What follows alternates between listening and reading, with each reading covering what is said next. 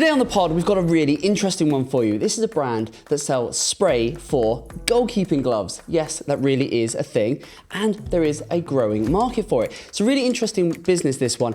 They're fast approaching £3 million in global turnover, but they want to take things to a whole new level, and particularly they want to improve the online side, those online sales. This is a growing market, and they say themselves that they already are the category kings. Are they? And how can they grow? That's what we're going to find out in the pod. Let's get into it. Welcome to Grow with Evergreen, the podcast designed to help you grow your business by providing practical insights into all things paid media, creative and digital strategy. Every episode, we help home, garden and lifestyle brands with their growth challenges by delving into their business, dissecting what they're doing and defining a digital growth strategy they can take and deploy into their business. Let's get into it. Right, welcome back, beautiful people. I hope you're all doing well.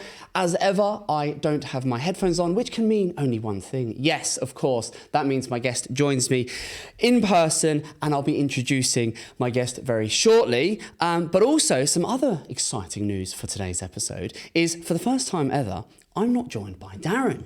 No, I've got someone else in the hot seat behind the cameras.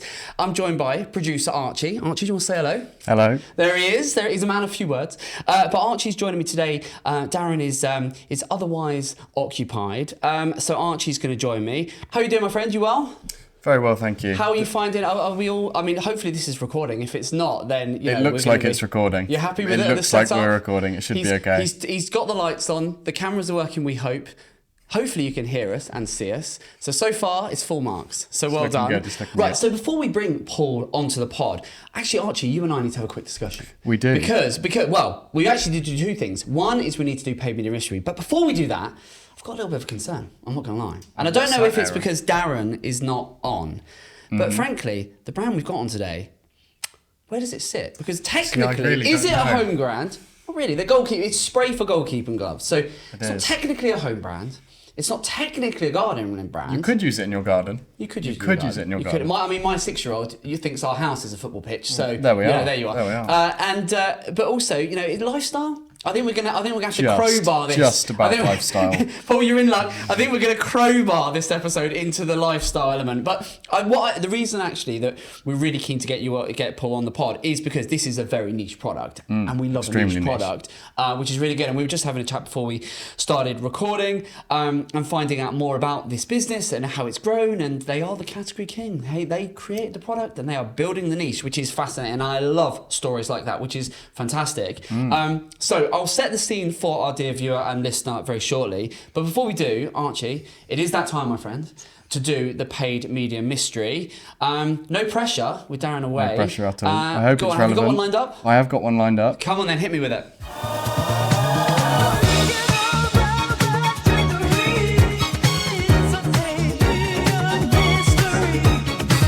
Paul, how are you not dancing at that? Sorry, I just amazed by the. To be fair, he hadn't heard that before we pressed it. No, he hadn't. To be fair. I love it. I love our little jingle. The actual wording on that, I forget the first part, but it's like.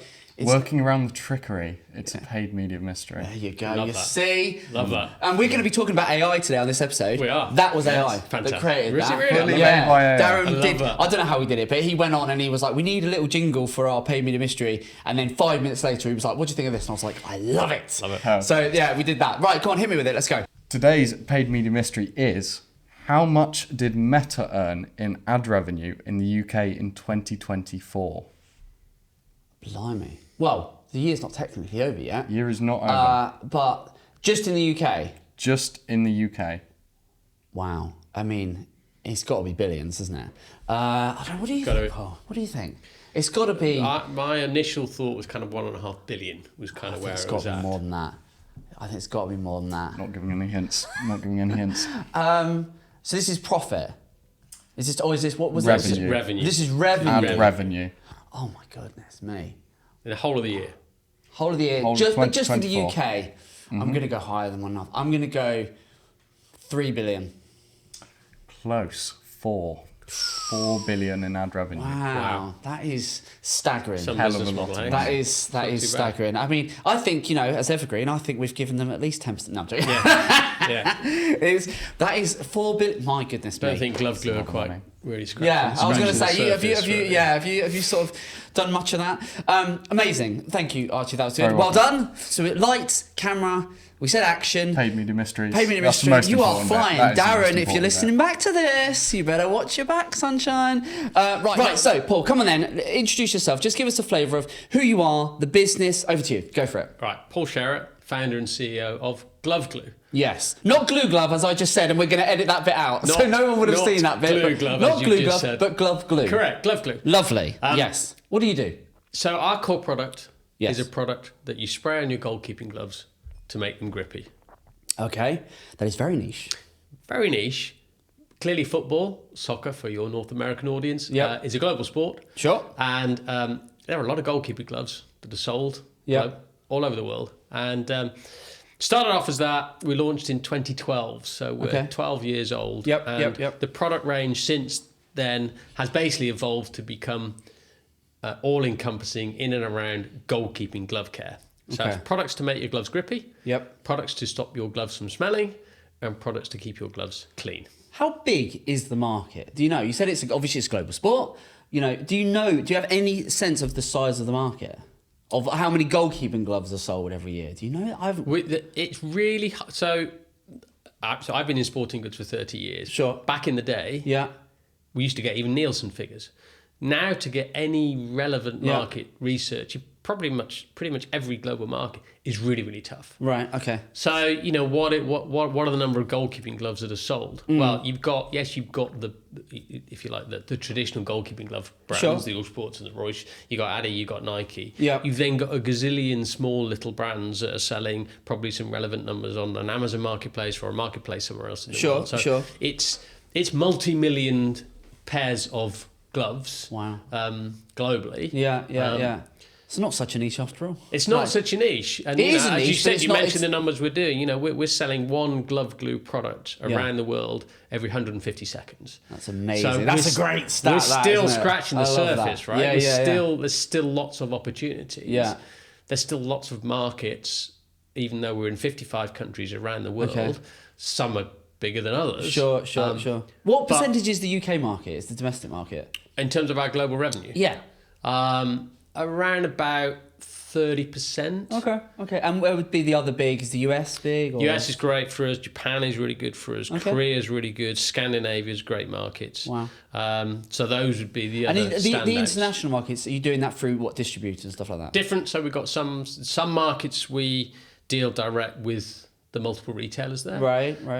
Some markets we deal with a distributor who then pushes the And you product said into the in channels. pre-chat that you're just doing some big deals in the US and so it looks like things are really taking off. It's a really interesting one. I think this is relevant not just for us as the journey that we've gone on as a niche brand. Yeah.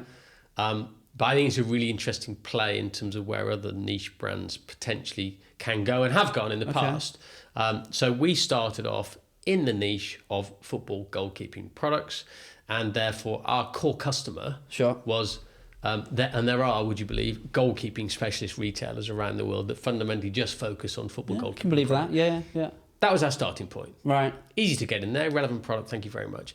If we roll it forward now, the big transition in the last 12 months, and arguably the biggest opportunity for us, is the shift from those niche specialist retailers into the generalist sports multiple retailer. Sure. So, for example, the biggest sports multiple retailer in the world is Dick's Sporting Goods in the US. They have over 900 stores. Wow. Multi-sport. Sure. Yeah. We've now got 2 lines listed in 250 stores in Dick's. Right. With the opportunity to grow, and their soccer offer is around about 600 stores. Okay. So you sort of go, hang on a minute, you're layering on. If you can layer on more lines and more stores, that's a big number. Yeah. We've seen the same with Rebel Sports in Australia. We're having the same conversations with Sports Direct domestically. We're the same with Oshna Sports in Switzerland or XXL in Norway or Stadium in Sweden. So that's a really interesting shift that I didn't see coming. But again, there are a number. If you think about the brands that you maybe have an affinity with or maybe purchase, sure. particularly in sporting goods, Right. a lot of brands start as a niche. Yeah.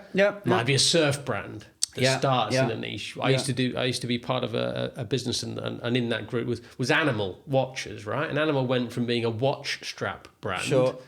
to becoming at a moment in time a big surfy lifestyle brand. It's fallen off a cliff again, but there's lots of examples of niche brands becoming more mainstream. Sure. I'm not saying we're mainstream. I think we're still an imposter on this pod because you're home and garden and lifestyle. But hey, we'll take it. We'll say we're lifestyle. I like it because we'll say we're lifestyle. If you were just selling general random sports stuff, you wouldn't no chance. But I like it because it's really, really niche, and I love a niche.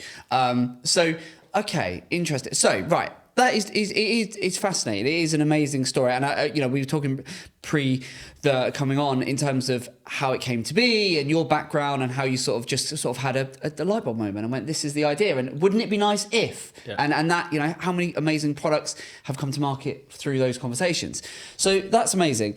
And as the business that stands today, your sort of run rate, you're doing about 2.7, you're probably going to turn about 3 million this year, which is amazing. And you want to, over the next year, you want to push that on further. And your year-on-year growth for you said that you've been full-time business the last 4 years? Yeah, so 30 years in sporting goods. Yeah. This Glugly launched in 2012 as a side gig. Yeah. The business that I had at the time was very much reliant on the free transfer of goods from Europe into the UK and Irish marketplaces. So I was basically the front end of a number of sports brands. So All Sport, a goalkeeping brand, did a project with Adidas on sports drinks, McDavid, a sports medical brand, Spenco, an insole brand, Ironman, you'll be aware of Ironman products. Sure.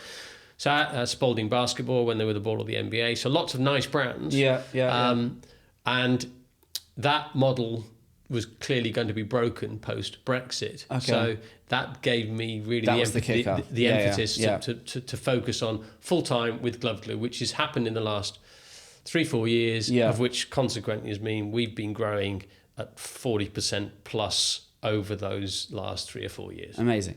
And so now, as the business stands today, you said there's 3 core sort of channels of the business, 3 sort of ways in which you're selling the product. Yeah. Do you just expand on each of them? Because then obviously we want to delve into, the sort of the paid media that you're doing. And I know we've got some questions, some keywords, which I am going to circle back to and sort of set the scene for our viewer very shortly. But do you want to just give us a flavour of what those 3 pillars of the business look like? Sure. Three sales channels really. Yeah. Amazon, or we call it marketplace, our marketplace channel. So a little bit of eBay in there, a little bit of other marketplaces, but fundamentally Amazon driven, and that's Amazon.com and Europe and UK. Mm-hmm. B2B, which is either relationships direct with sports retailers and or relationships with distributors, as I said, in 55 countries. And then the B2C element, which is actually e-com, which is our smallest part of the business, about 500,000 turnover, just in e-com, on a Shopify platform, gloveglue.com. That's the interesting one, is if I look at the trend of our industry and many other industries, where the brands in my space like Nike and Adi are heading in terms of growing their direct-to-consumer presence and owning that customer. Yes. That's a really interesting one for us. How do we grow that? How do we scale it? How do we push it? And so on and so forth, without upsetting the existing relationships that we have with our B2B customers. Yeah, and I think that makes all the sense. And if you're thinking about this business and wanting to scale this business and take it to the next level, as you said, you're going to absolutely want to have, more of the pie for yourself. That's, where you own the customer, because Amazon is amazingly powerful, but you don't own that customer, and then obviously with your B2B, that is what it is. And the more you build the direct to consumer side, that's going to have a correlation to the B2B anyway.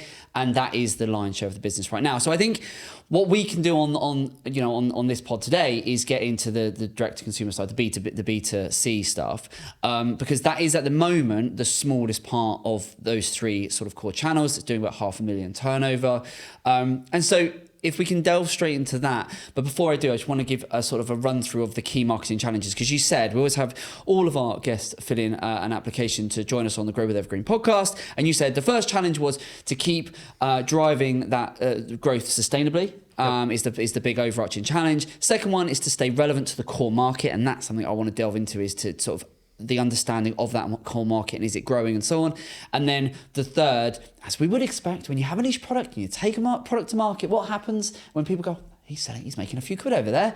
Everyone starts copying. And I'm sure you were seeing that. And so the third challenge is how can you react to, new competitors entering the market, etc. How do you maintain your competitive advantage and that first mover advantage?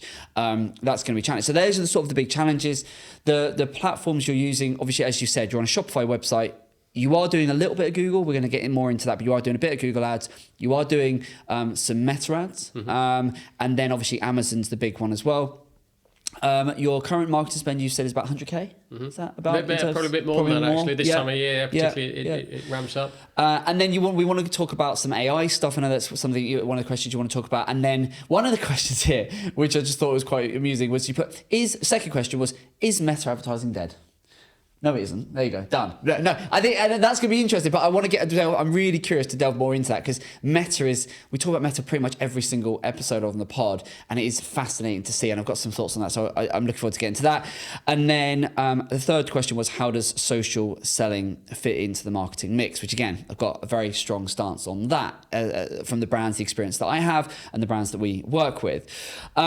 So that's going to be the conversation. What I want to delve into first then is if we sort of hone in specifically on the B2C side. So the direct-to-consumer stuff, the $500,000 turnover, because I think that's where we can provide the most sort of insights. And what I want to do is arm you with a few little golden nuggets that you can take when you leave our offices later this afternoon, that you can hopefully take and then go and put into your, input into your business and take things to the next level. I'll be reporting back this time next year on those. Good, there you go. It's up to Archie and I if we let you back in. Oh, that's true. Because it was you're not technically, as you said. Yeah, that's true. I'm already. We're gonna have to chain it and go. It's home garden lifestyle and goalkeeper gloves. Maybe we'll have to change the tag. Right. So So my first big question then is, of the 500K turnover that you're doing direct to consumer. Yes. Do you know how reliant you are on paid channels versus organic channels versus referrals? Do you know the DNA, the makeup of where that $500,000 turnover is coming from? Not with those numbers to hand. Sure. But even roughly, I'll give you a feel for how that business has evolved and continues to evolve. Sure. And it's an interesting play for us. Yep. That again, we are starting to lean into across all channels. And that's the fact that Q4 is becoming a bigger and bigger and bigger beast for us. Yep. We are a classic giftable product. At 15 quid retail for a bottle of our core selling Glove Glue Mega Grips, our number one selling product. That's over 40% of our global revenue is on our hero product line, Glove Glue Mega Grip. It's classic stocking filler. Yes, so, exactly that. What does that mean? That means that we are leaning into that more and more in terms of hugely increased ad spend during Q4, which means that sales in November versus sales in February are 10x. It's that big a spike. Again, not dissimilar for a lot of businesses and probably a number of your clients that you work with. They'll have peaks and troughs throughout the year. Yeah. I think that the peak is getting bigger for us. And therefore, is it organic? We have a huge social media following. And we leverage that quite hard. Over 200,000 YouTube subscribers, 875,000 TikTok, nearly 80,000 Instagram. So that's a big driver for us in terms of eyeballs. And I'm not saying these are all goalkeepers, but you look at some of the reach of those posts. I think our most viral post on TikTok is 71 million views. Wow. YouTube Shorts is 94 million views. Incredible. So there's a lot of eyeballs on the brand. Yeah, absolutely. So we leverage that. We push that definitely in Q4. Meta we implement quite aggressively in Q4 in ways that the rest of the year we don't really work on that. So are we pushing it harder in those last 3 months of the year? Yes. Does a percentage of paid ad traffic increase during those? Yes, of course it does. If we took that spend and tried the same strategy in February or March, people would start buying with the same. No. Yeah, fine. So overall, if you look at this year, and as at the time of recording, we're coming towards the back end of the Q4 on the calendar year. So Christmas is but a few days away. What percentage of that 500 revenue do you think will be attributed to Q4? Like how weighted do you think it would be? It'll end up being October, November, December will end up being 200k. Okay, so 40%. Yeah. 40% is going to come in that. So, okay, so that's interesting. So 40%, and it's incredibly similar to some of our clients. So 40% of the revenue is going to be... Is literally in 3 months. Is in 3 months, and then 6% for the other 9 months. Interesting. Okay, we see similar. We see clients doing similar in terms of some are exactly the same for Q4. Others, for the garden products, it's the summer. You know, it's Q2 into Q3. That 3 month window, June, July, August, they'll do 50, 60, 70% of their annual revenues in that key period. So very used to sort of looking at businesses through that sort of lens of, you know, you make hay when the sun's shining. You know, so exactly right. So that makes sense. So I guess the big one with such a niche product, and we've had a few sort of really niche products on the pod before, is understanding the size of the market. And obviously, you know, goalkeepers and how many people that are going to be buying, that's one consideration. But have you looked at your own data? Because one thing I'd be really curious to understand is, do you know what Google Search Console is? Yes. Yeah. Do you ever look into that? Do you ever mine that for the keyword data and insights? Because we have an agency that works on Google and Meta for us. Okay, you're fine. But my view is I don't think we're necessarily challenging the data. Fine, because so a really good exercise that I would be doing that, and you could do this. This is a bit of homework for you. This is something to do. Is go into Google Search Console, and I would look both UK domestically, but also globally, because you obviously got all your international ability to provide the product internationally. Look at because that will give you. You can only go back in Google Search Console. You can only go back 16 months, but that will give you some fascinating insights into how people are searching. It will tell you. Is the market growing for the product? It will tell you your brand visibility. I would imagine, without seeing any of your data, that because of your social following and all the stuff you're doing and all the posts that have gone viral and so on, you're going to have tremendous search for the brand. Yeah. So you're going to have a lot of brand search. Yeah. But what for me would be as interesting as understanding the brand, and you're going to want to see that is the brand growing in terms of are we getting more searches, more impressions for the brand search? Great, that means the brand is growing. We're increasing our market sort of awareness. But beyond that, what you want to do is be filtering that data for a year, the last 16 months. And exclude the brand, because then what you really want to get, the gold, is going to be in understanding how people are searching for the product when they don't necessarily know that they need the product. Yeah. They've got the problem and they don't know what the product is. What's your take on that? Because you must have insights into how people are searching for the product. They don't know it exists, but what is the pain point? I think that's you've just hit the nail on the head. They don't know it exists. Yeah. So if you look at the success that we have with Meta, it's an educational play. Absolutely. Hey, did you know that this exists? And it's a little stocking filler, blah, blah, blah, fantastic. Yeah.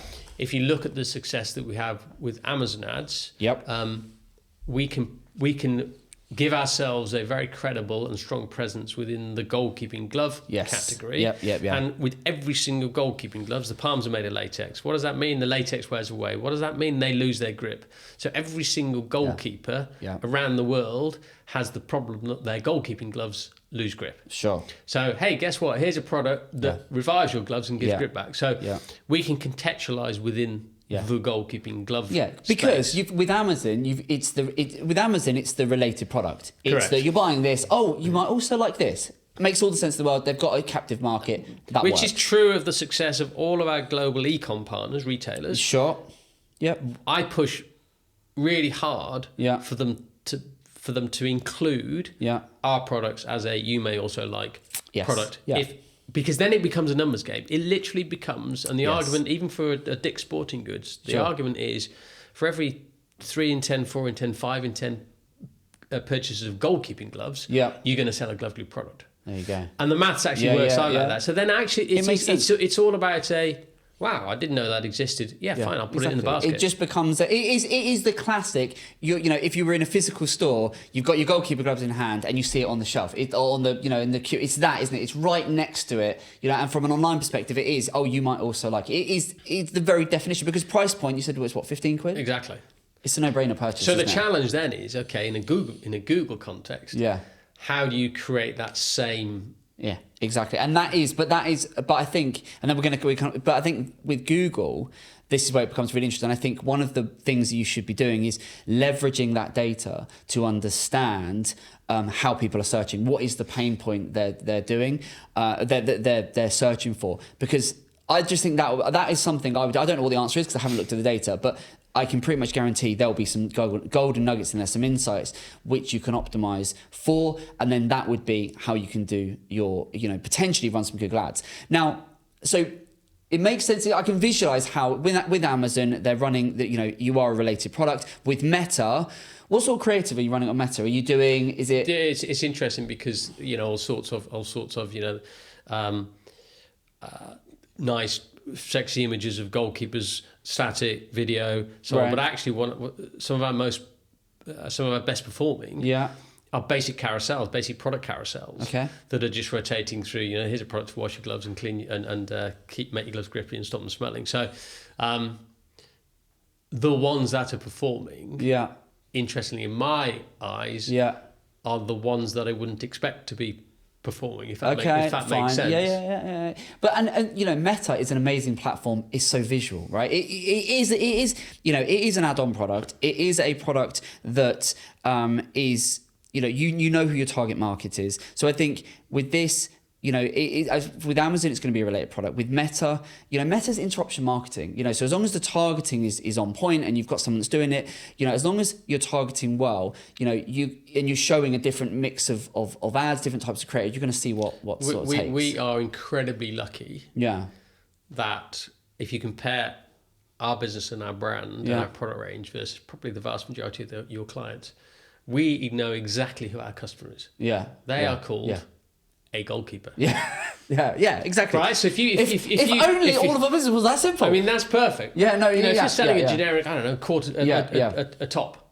You could be anybody of any age, of anything. Exactly. And so we're super lucky, and that gives us the advantage as a niche product. That's what's, as you say, that's what's beautiful, is that you can literally be famous to a few. You only are interested in that core market, which is great.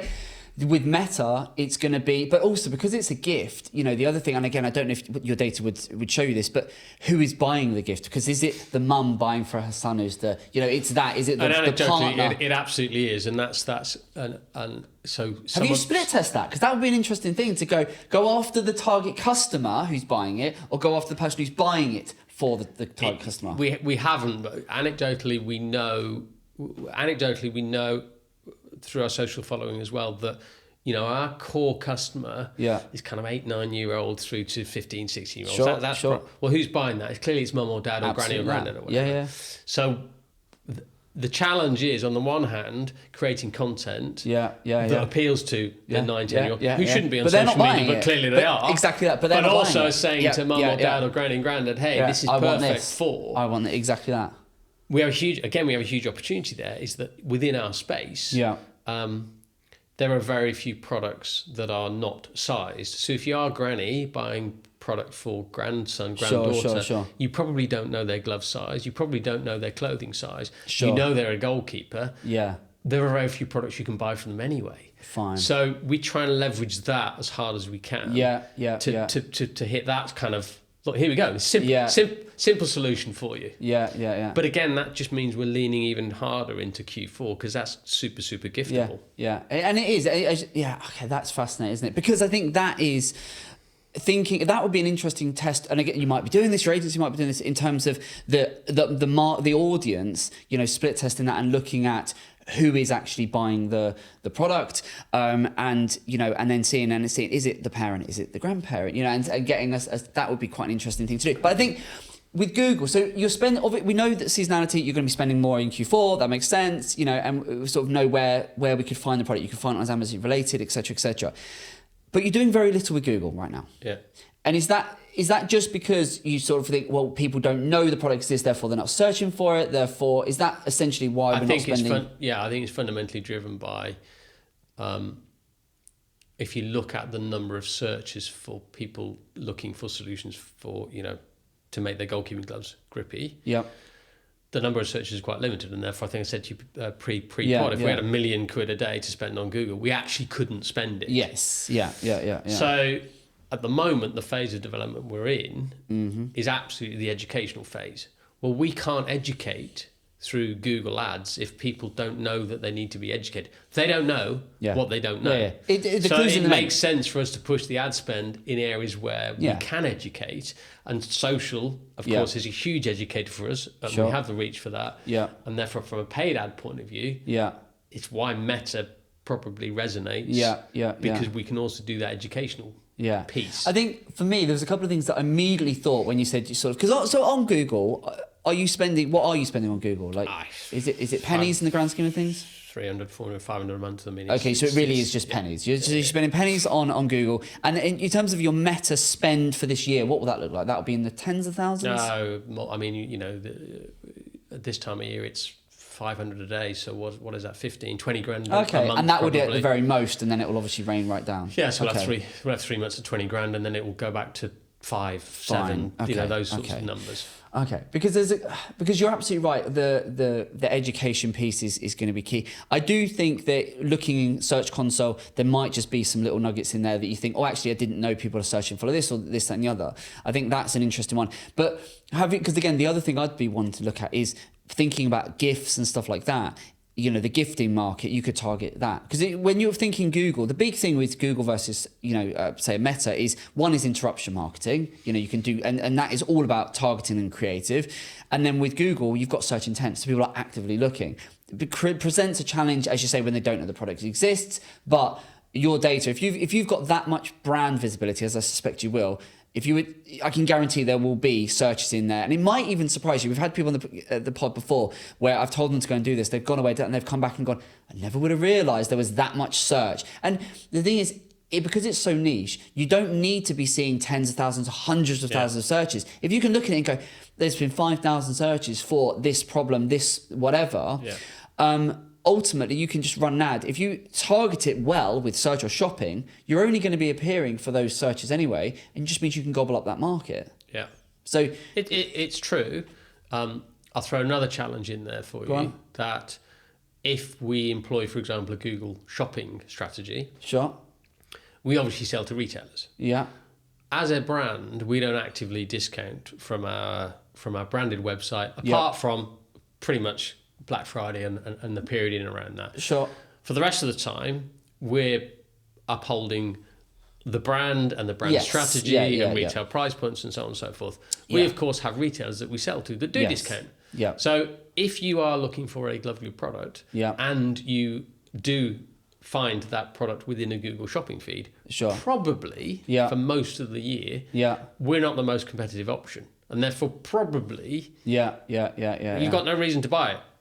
From us. But I guess then it becomes, as you say, because a big part of what you've said, which was one of your challenges, is that you're seeing more competitors own the market. So that then becomes a play as a brand for wanting to own the search, own the results, and how important does that become in terms of essentially muscling out any competition that might come in, and at what price, what value do you associate with owning the SERPs, essentially? Yeah, the play becomes continuing to actively support our retail partners, but giving a consumer that comes to gloveglue.com something different. So what does that mean? That ultimately means a different product range, web exclusive, and so on and so forth. So I get a nice warm cozy thing. Wow, that's amazing. You can only get this if you come to gloveglue.com, because we're not going to sell it anywhere else. I think that's a strategy that we'll lean into, which again, many brands do that. You're talking about your distribution strategy and so on and so forth, and channel strategy.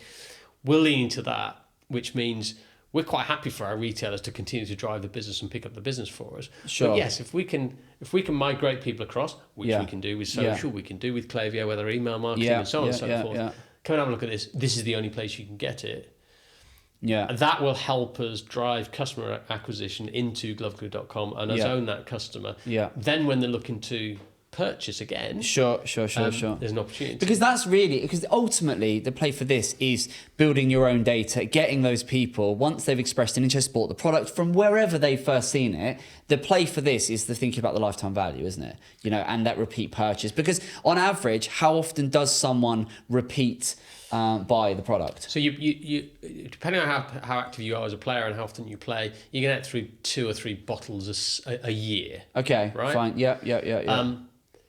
Which then starts thinking, and this is something that you might have experience of with some of your other clients, okay, that's a purchase every 4 months, okay? Sure, 3 or sure. 4 months. Yeah.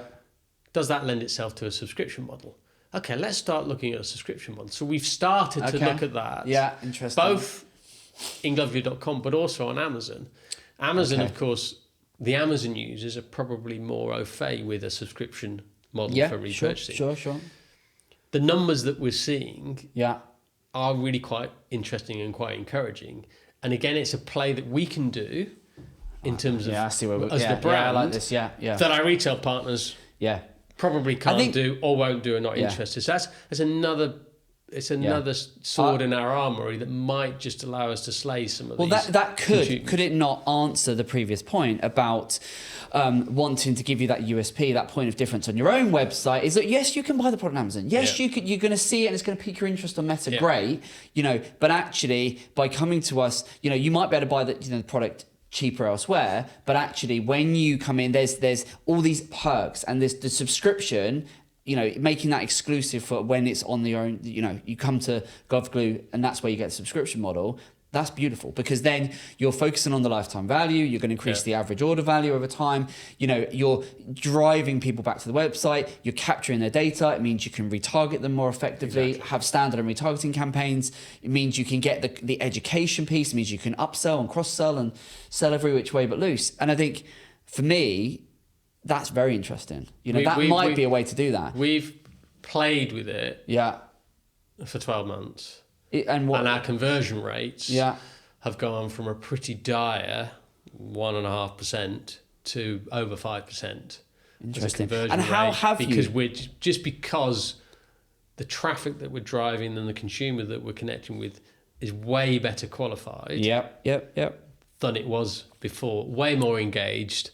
Way more inclined to purchase. Sure. From us. Yeah. They're in the club, right? They're exactly. In the club. That's exactly it. Yeah. So our traffic has halved. Yep. But our conversion rates have gone up and our revenues have gone up. So from which sources is this? This is through multiple traffic sources. This is as an entirety. Right. All fine. traffic. Okay. Fine. Not fine, necessarily fine. split down by where it's coming from, but all traffic to the site. Okay. Fine. Now that interesting. Again, an interesting. You might have a take on this. Part of that shift was us moving. We weren't on Shopify 2.0. We moved to that in January, February last year. Sure. This year, sorry. Yeah. That immediately knocked off a load of traffic. Why? But better traffic. I don't know. Have you looked into it? No, what? But what traffic did you lose? So you lost a load of traffic. Organic traffic that was coming to the site, we lost by moving to Shopify 2.0. But percentage-wise? 40%. But you're going to now say... But it didn't matter because the conversion went way higher. But what? Yeah. And sales went way higher. So it's like... Yeah. So did that basically mean that we had all this... We had a nice load of traffic. Did you have some bloat there, essentially? But if you've reduced, the overall numbers, but I mean, that's like a can of worms there because did you actually? So you obviously. Did you do that internally in terms of moving? So you moved that over. Yeah. Did you have anyone from a pure SEO organic visibility perspective doing 301 mapping and like sitemap? No. Oh my God. Yeah, which is why, absolutely. Yeah. So you know that you just... So did you essentially just upgrade the site, flick one on, flick one off, one off and one on and just When I say we didn't have 301, we did, but in terms of... the core Shopify, the core pages, whatever. Yeah. Okay, so was there a human being going, hang on a minute, we've lost 20 links here? Right. No. But then the reality is, were those 20 links old and broken and... Yeah. But then they probably that in were anyway. Should be fixed. But that's okay. When did you do this? The beginning of this year. Yeah. Fascinating. But that would I really need to see your GSC. So Google Search Console would show you this. So in Google Search Console, you can mine that data to see your data will show you if you did see a big drop off. Yeah. And crucially, because I'm all for the quality of the traffic, etc. But what I'd be really keen to know is which pages dropped off. I'm going to assume you focused as you would on the product pages, the category pages, etc. Yeah. But in terms of your guides, your blog posts, all of that, good quality stuff, you want to make sure that if you just have, culled, if I'd lost 40% of traffic, and if I wasn't sure that traffic was irrelevant, not needed, out of date, if I've all for culling content so long as it's definitely not needed. But if that's just happened, you've gone, well, this is what it is. Depends what your KPIs are, doesn't it? Our KPIs at the time were to increase conversion rate and increase revenues. They weren't to increase traffic. No, but It's like going back to the social thing, right? Yeah. Yeah.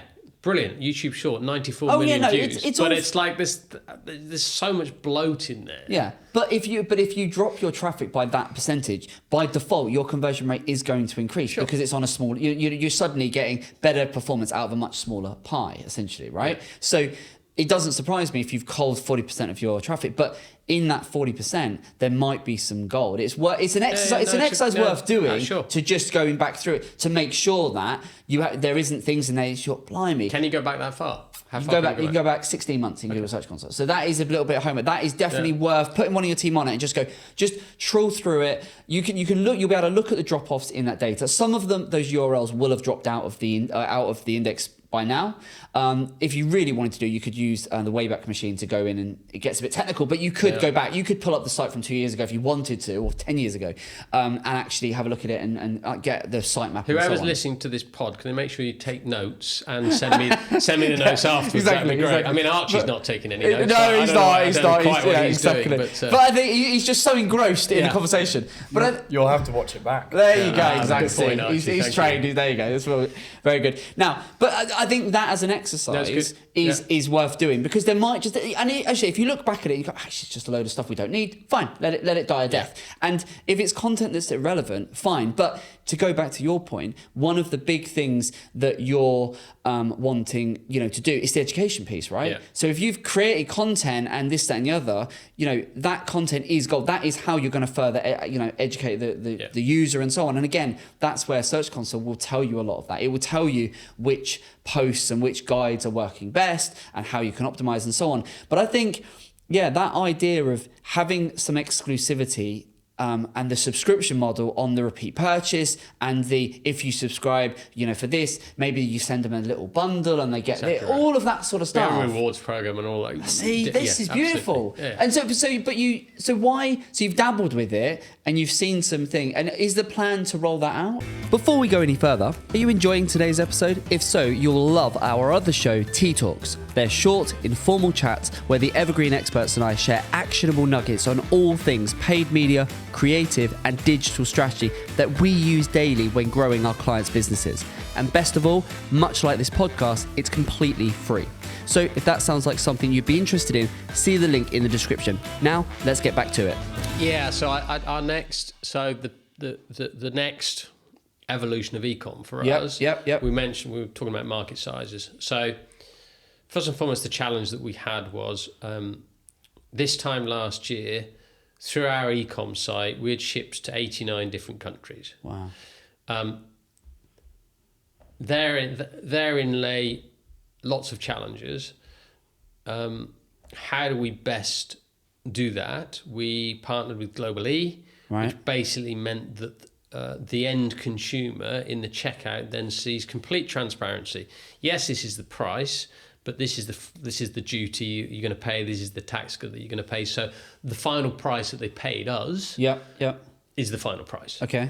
Now that means, and we didn't do that before we partnered with Global-e. Right. So what you had, you'd ship a product to wherever, out to Mongolia, and the consumer in out to Mongolia goes, what? I got to pay tax. Yeah. Which was probably 3 times the cost of the product. I bet it was. Yeah. So if you look at the numbers this year, it's probably 50 countries that we've shipped to, because a lot of those smaller ones we've knocked off. Yep. To try and encourage some of the B2B partners down there, if we've got them to service the marketplace as well. But what Global-e has also allowed us to do is to flex prices and flex, where we want to be. Sure. And do we charge shipping, don't we charge shipping in some of those other core markets. And the next obvious core market for us to attack, not least because Amazon.com business is strong there, Dick's Sporting Goods business is strong there, our soccer specialty business is strong there, we've been in the market 10 years, is the US. Okay. You then go, okay, how do we do that? We need to be pushing probably a localized Shopify store. Sure. Where do we put our stock? We've just moved this year from in-house pick and pack to 3PL. Okay. Do we put in place a 3PL? Do we put in place a localized USA marketplace, Shopify store? Yeah. Yes. So that's the next logical evolution is to start to roll out localized stores Sure. in the markets that are in the ranking order that we're seeing where we're shipping globally.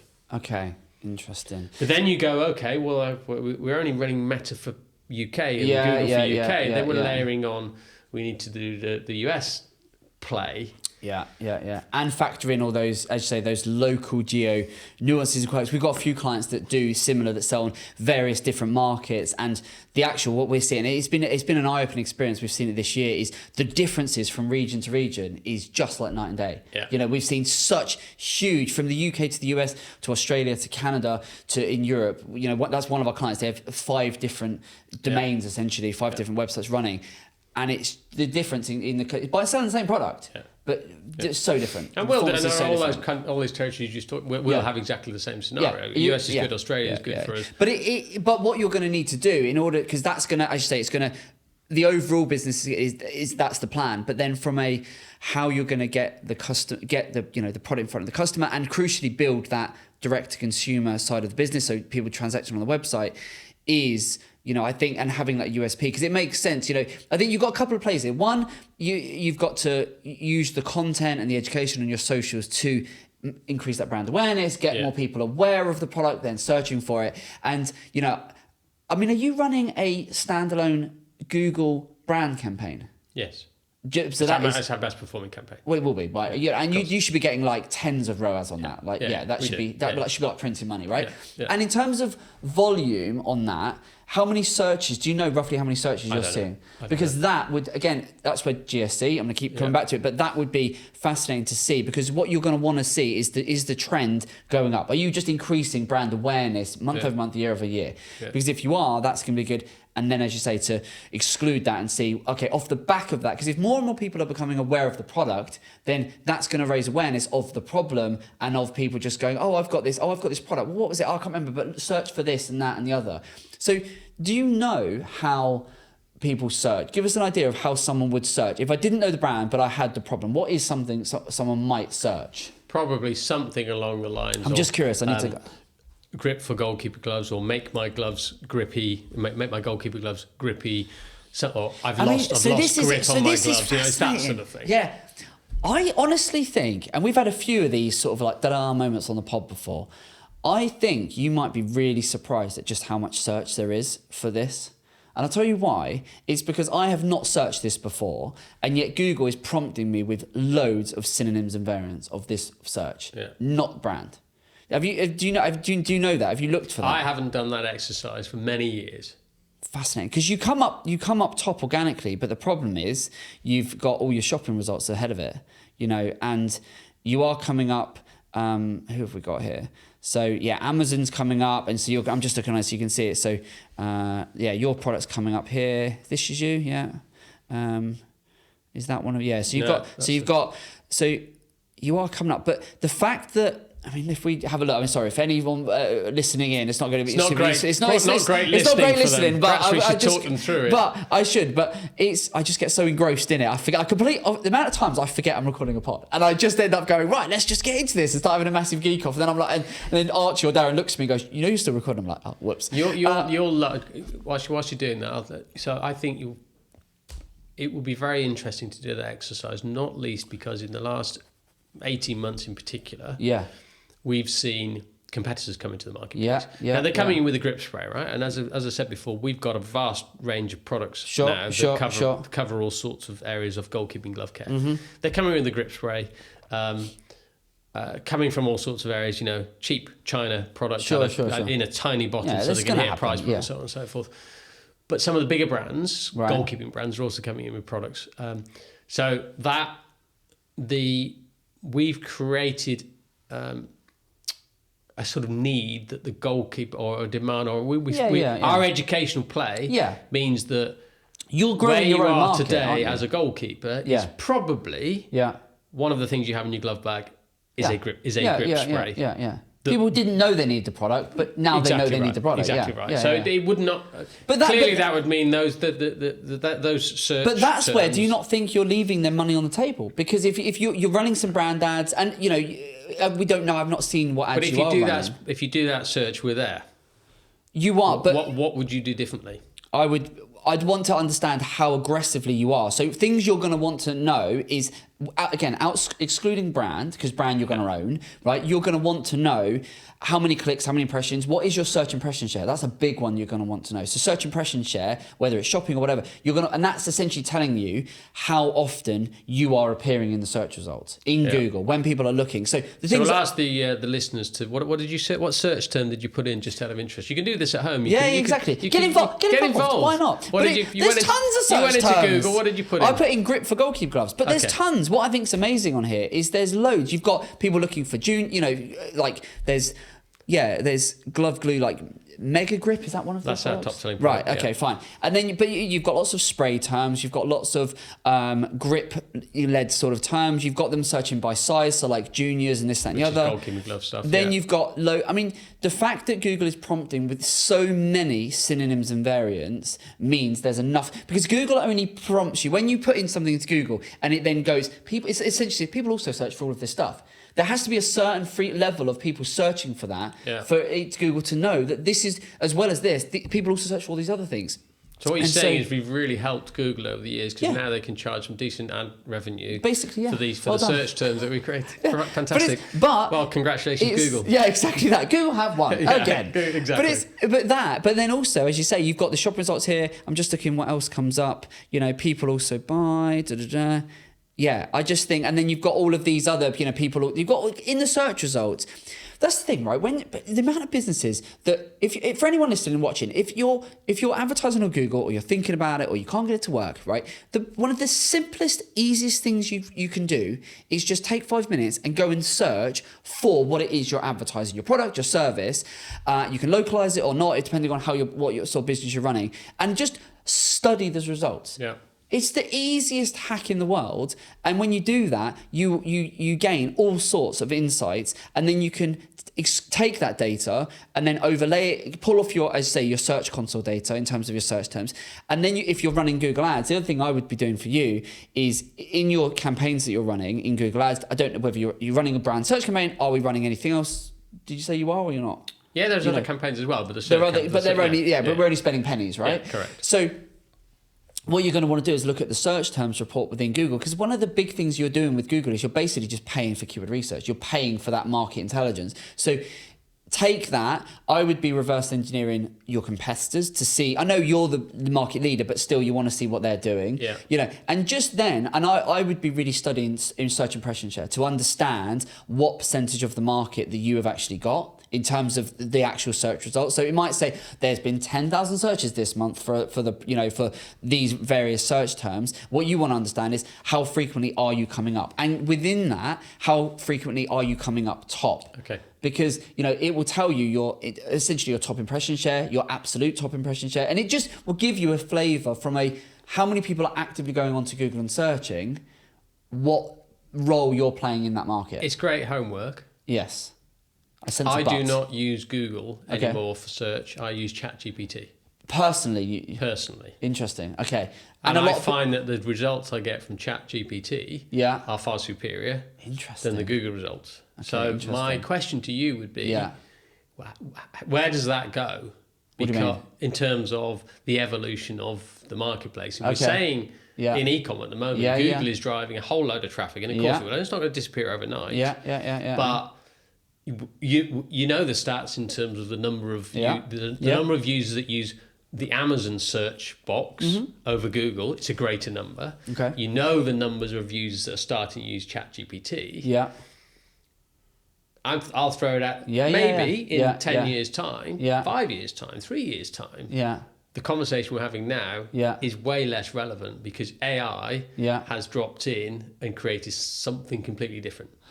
I don't see it happening. I think AI plays an amazing role. I think ChatGPT, and Darren, as I say, if Darren was here, he's a massive fan of AI and using various tools for all sorts of things. And I think AI is going to play, but look, Google is not going to suddenly drop a ball and be left behind. Everyone loves to, as humans, we are hardwired to love the next, it's always the next thing, isn't it? Oh, the next shiny object, right? It's the next thing. And I think, if you look at what Google is doing and has already done from an AI perspective, they are going to remain at the front of the pack. So much has been, there's been so much talk about TikTok becoming, a huge, and it is, to a certain point. But actually, the reality of the size of the market of people that are searching on TikTok versus, Google is tiny. It's minuscule. And I think Google is going to continue to evolve all of this.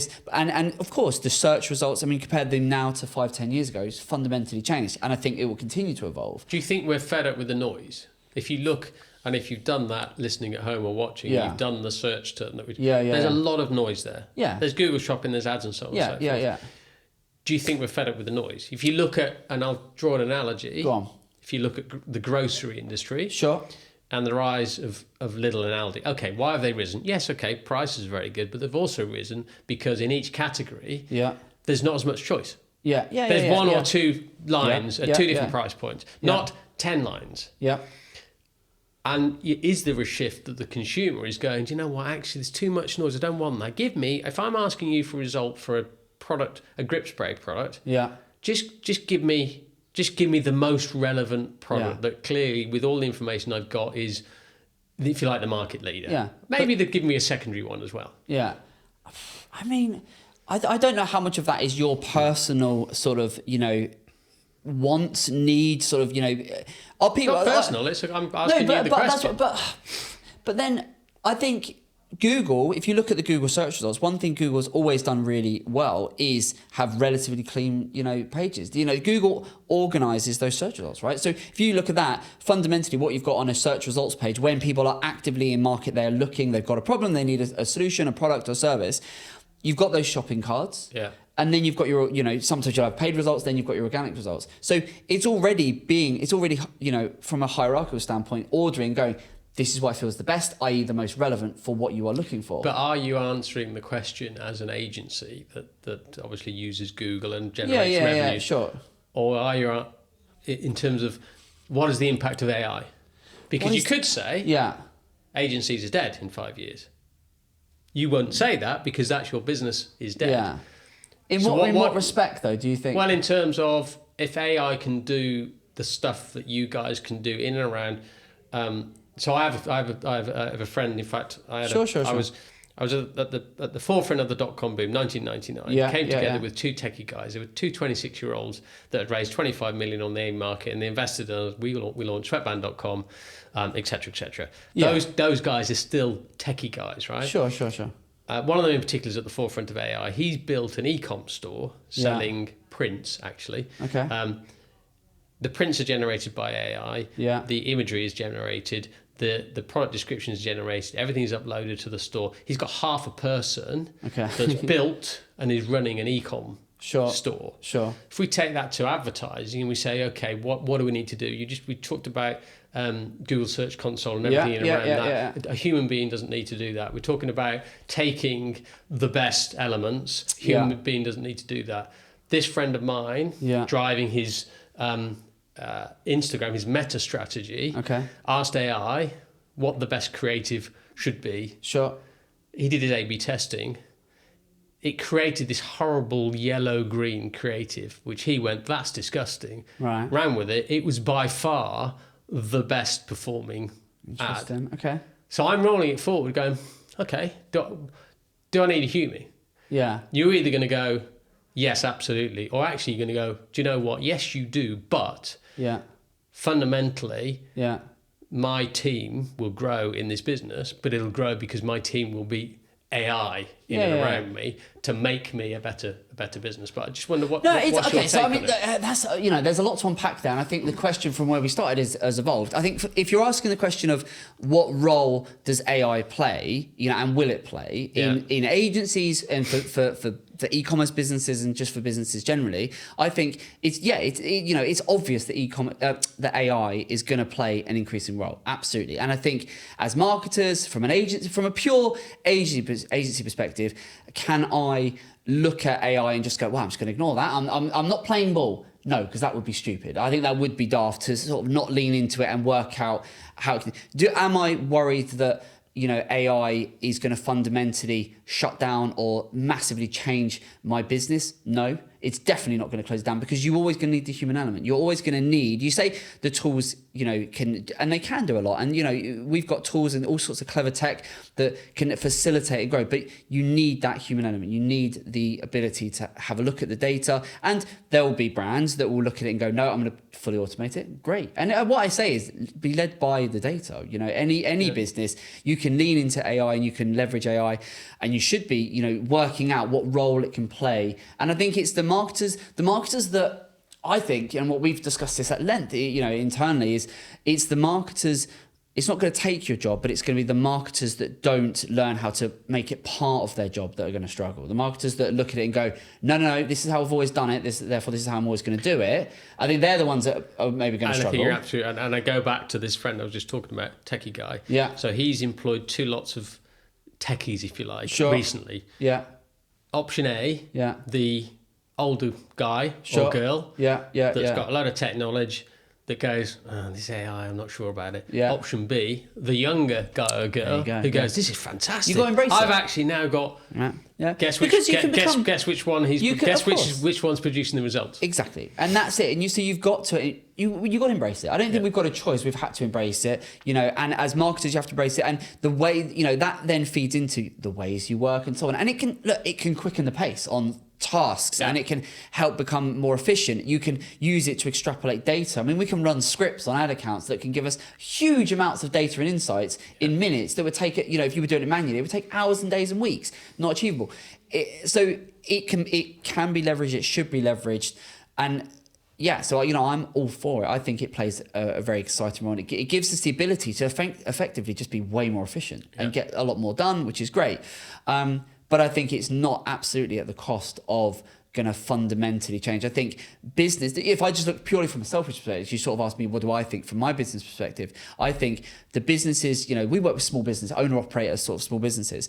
And, for us, the role I see us playing is in as much we'll hold your hand and we'll guide you through, and we'll run the accounts for you, we'll optimize them, etc., etc. But we will take the heavy lifting we will do the leaning into AI and how your business needs to do, so that you don't have to do it. Yeah. And I think agencies, that's going to be the role that agencies are going to have, and something that we've already done. We've changed some of our business model to move away from providing so much of the service to more of the consultancy, the advisory, the hand holding, we're going to guide you through this, and we're going to stay abreast of what's happening and why and how you need to evolve and da. But you can track that back years. There's so much talk about ChatGPT and AI and this, that, and the other, that everyone thinks it's a new thing. As marketers, as digital marketers, as paid media marketers, we've been leveraging AI for years.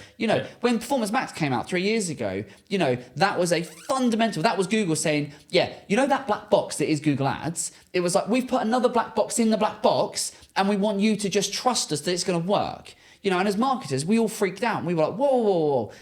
And it was dire for the first 12 months when Performance Max came out. But then the AI got better because marketers, human beings, fed back and went, well, actually, this is working for us. This isn't. We have to see this to be able to make better strategic decisions. And therefore, by working with the machine, if you like, it got better. And now Performance Max is a good thing, and brands are leveraging it. But, and Performance Max, is essentially a black box within a black box. It is giving more of the autonomy to Google to say, look, I'll give you my assets, I'll give you my product feed, I'll give you my goal. I want more leads, I want more sales, more conversions. But ultimately, I'm happy to give you the autonomy to run with it. And as long as you can optimize, use your AI, leverage those learnings to be able to get me my ultimate goal, which is revenue or whatever, I'm happy to give you autonomy. We leverage that, we lean into that AI, and we have done for years. But what we do is we do it with parameters. So we don't just give it free rein. We go, these are the parameters you have to operate within. But then we need to take that data and then look at it and structure it in a way that makes sense for the business as a whole in terms of that overall reliance and so on. Because otherwise, if you let it, any platform, any AI will just go and keep doing it endlessly with no perspective on the bigger picture. I think it's a great answer. I mean, I think you're the guide. I think if you see yourselves as the guide, I can get from AI can tell me how to get from A to B. Yeah. You can tell me actually, well, I can take you from A to B, but actually, if you go down this here, Exactly. maybe there's something beautiful that you will have missed, or come here, Exactly. and if it's a journey, Yeah, I think that's right. I think that's the right way to. It's the approach it's the perspective that you've got to have, and it's the, as you say, it's looking at things, and it's one of the reasons, you know, I bang on all the time about, you know, as a brand. That's why I asked the question earlier, is about, as a brand from an e-commerce perspective, thinking about direct to consumer, understanding your target, you know, your market, your overall goals, where you're going. I liken it to, you know, you don't get in your car, start driving if you don't have a destination in mind, right? And if you've got a destination in mind, you know, AI left alone is just going to take you from here to there. But actually, there might be things that you want to, you know, deviations, there might be little detours you want to make, because that's a really good thing. And it's that sort of perspective that I sort of liken it to when we're working with clients and when we're sort of advising them. And so I think from the different channels and the different platforms, I think, yeah. So I kind of think it kind of... I've taken you off down an AI cul-de-sac. We have gone on a massive... I'm loving it though, this is great. I've got some great homework. Yeah, there's a few things. I think, because we need to sort of wrap this up, but I think a couple of the key things that I would do, some sort of homework, some takeaways. One would be Google Search Console. Make that your best friend. That. I think Google Search Console, I can guarantee. And actually, would you mind pinging me an email after? When you have a look at it, I would just cup of tea tonight. Google send Search me one Console, line, right, just either saying, well, that's useless. There's nothing in it, or oh my god, we'll put the results in the chat. Yeah, we'll include it. All right, we'll do it. So yeah. just give me a little sort of synopsis of. So Google Search Console is there's going to be gold in there. Yeah. And then I think in terms of the Google ads, I think just look at the market, look at your search impression share, stuff like that, because I think you might just be surprised on that, and particularly when you exclude brand and just the size. Because if you've carved out the niche and you are the leader, you are the category king of the niche, then you kind of want to own the stuff, right? You want to own that space. And I think the big thing which is very interesting, is I would continue to build out the whole subscription model, because if your retailers and distributors are not doing that, that's a great excuse to drive people back to the website, get people on the website. And then what it would facilitate is you're building your own database, you own the customer, you're going to have the best lifetime value, and it just enhances your ability to do really, really good meta retargeting and Google retargeting, where it's your customer, you own it, and then when you bring new products to market, when you're bringing upsells, you've got that database on which you can just say, hey, here's our new thing, and you know it's a captive audience. Nice. And we'll use AI to help us. Of course, I love it. It's good. Do you know what? It's quite nice, because sometimes we speak to people and they're very anti-AI because it's a scary thing, and I think a lot of our clients, if I think about it, you made me think about it, because I think it's really interesting, because for us, AI is not a new thing. So many people, it's like, AI, isn't it amazing, or isn't it terrifying? Yeah. And as marketers, we sort of sit in the middle and go, no, we've been using it for years. Yeah. It's kind of, it's got nothing new. And so I think you really made me think about that, because it's really interesting. And I think, you know, it's as you say, it's understanding the role that it can play. And I think from an agency perspective, just because, you know, I know there are other agencies watching this and, you know, listening in. And I think if you are running an agency, I don't think you need to worry that your business is not going to be in 5 years. I think what you need to understand is you need to take the time and effort and energy to actually get used to using AI and understand, because it's the agencies that know how to leverage the AI to save the client having to worry about themselves, because they've got everything else to do, and they kind of just want to go, can you do it? I don't want to have to worry about it. And I want to make sure that my campaigns and this, that, and the other are up to speed and following best practice and so on. Yeah, Archie's just go on. I'd sort of like to add to that. Go on. More directed at agencies, is that I think any business would trust an agency that knows how to use the same tools, like as you said in pre-chat chat, AI agencies. I think a marketing agency is always going to deliver better results using that same stuff than just the business using that AI agency. Yeah, because as you said, because you're the guide, you're the navigator, exactly. You understand the route, you've done it. It's experience. You've walked isn't that it? It's path just experience. many times before. Yeah. You know the guide. You're the Sherpa, right? You're going to take me to the top of Everest. If I didn't have a Sherpa, I'm not going to, even if it's an AI Sherpa, it probably will show me the route and tell me all the challenges. But it doesn't have the personal touch. But it's still scary. By the way, you might not know there's a crevasse there, actually. That's the thing. You don't know how to optimize it best, whereas an agency with experience probably would. It's interesting. It's really, really interesting. Really interesting chat. You've actually, I know we're going to wrap this episode up, we're going to continue talking about this, but it is actually a fascinating topic, and maybe we're going to have to, I might even have to turn this into a tea talk actually or something, because I think... That is a really good idea. Should we do that? Because I think the whole AI thing, we've spoken about it before at length in different sort of content types that we've done, but I think there is something there for AI in terms of how to leverage it, when and what and who and how. Most definitely. Especially the sort of AI agency perspective. The as well. That's agency really client interesting. dynamic. We continue to grow our business and build our business because we challenge. Yeah. Challenge the norm in the marketplace. Yeah. The products didn't exist before. We continue to challenge. Yeah. And I think the takeaway for me is anybody listening to this is just challenge and prod and poke your business. Challenge your business. Yeah. I've challenged you today. Yeah.